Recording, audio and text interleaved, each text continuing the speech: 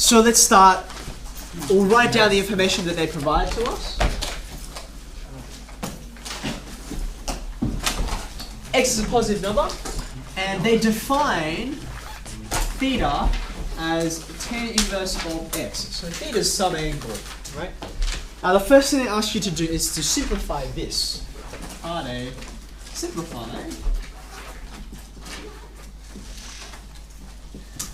Now if you have a look at the rest of the question, you can kind of get some clues as to where this might go, okay? But just on the face of it, what might be your first instinct, I guess, for how you could simplify that expression? Any takers? What could you possibly do with it?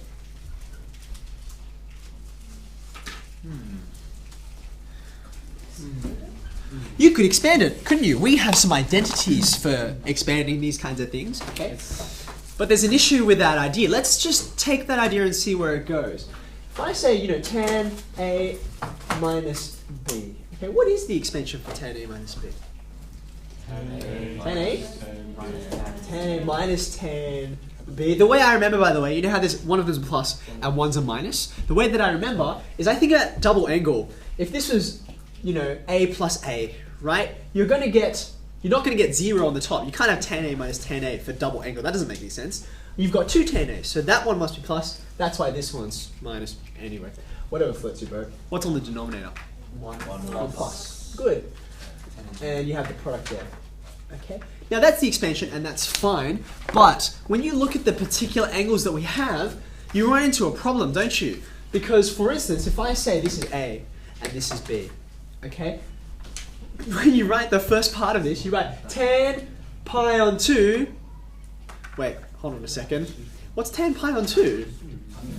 It's undefined, right? Because tan, of course, it looks like this. And there's your pi on 2 right there. Yes? So, trig extensions would normally be a good place to go when you see something like this, but in this case, bit of a dud, okay? What else could we do? Okay, so I can think in terms of other kinds of trig functions, right? Tan itself is an identity. What's an identity for? It's sine on cos, isn't it? Right. So I could write this. And that would be true, wouldn't it? Okay. Has it made things any better? It has, right? Where can I go from here? I could expand, but there's a quicker way. Come on, have a look. Sine pi on 2 minus theta. That's an identity of its own, isn't it? What is it? That's cos, isn't it? That's how we define cos, actually. That's cos. And conversely, on the denominator, that's sine. So this is good, okay? Now I could write this as cot, okay? But being that I've got this expression, right?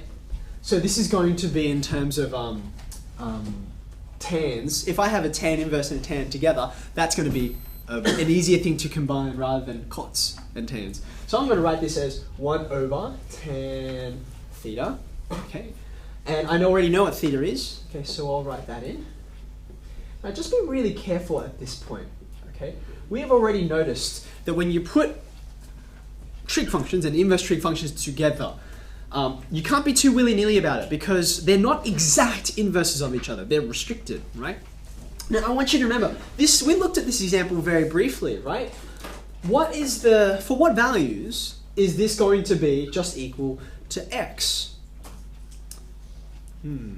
Because we noticed, for instance, if I did sine of sine inverse, okay, this is equal to x, but only sometimes. Do you remember what values of x it works for?